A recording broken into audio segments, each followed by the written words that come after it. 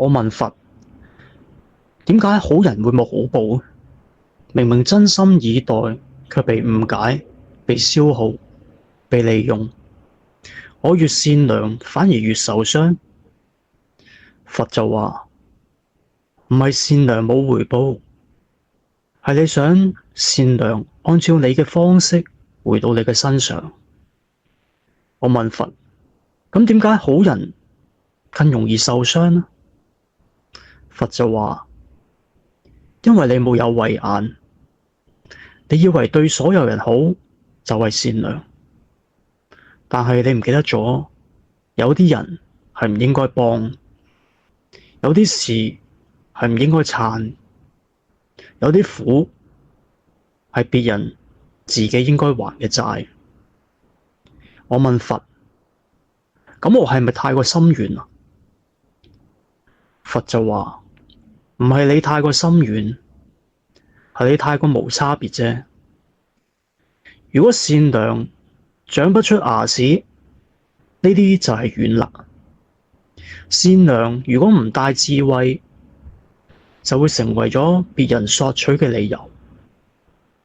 我問佛：咁我點樣先可以唔會因為善良而受傷呢？佛就話：善良係先對自己，有啲人應該放低，唔好替天行道。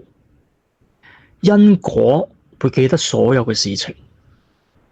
佛又話：世間沒有一個善良而白費咗你種嘅每一種善，未來都會以適合嘅方式慢慢咁返到你身邊。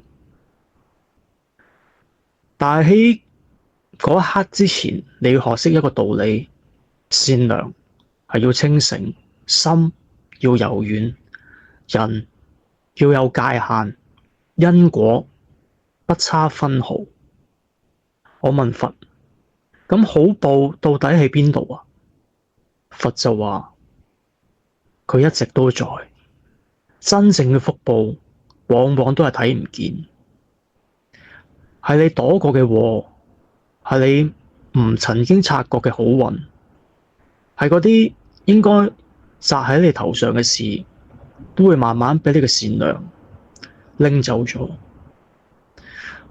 當你學識善良嘅分寸，嗰啲曾經讓你心痛嘅善良，都會變成守護你一生嘅光。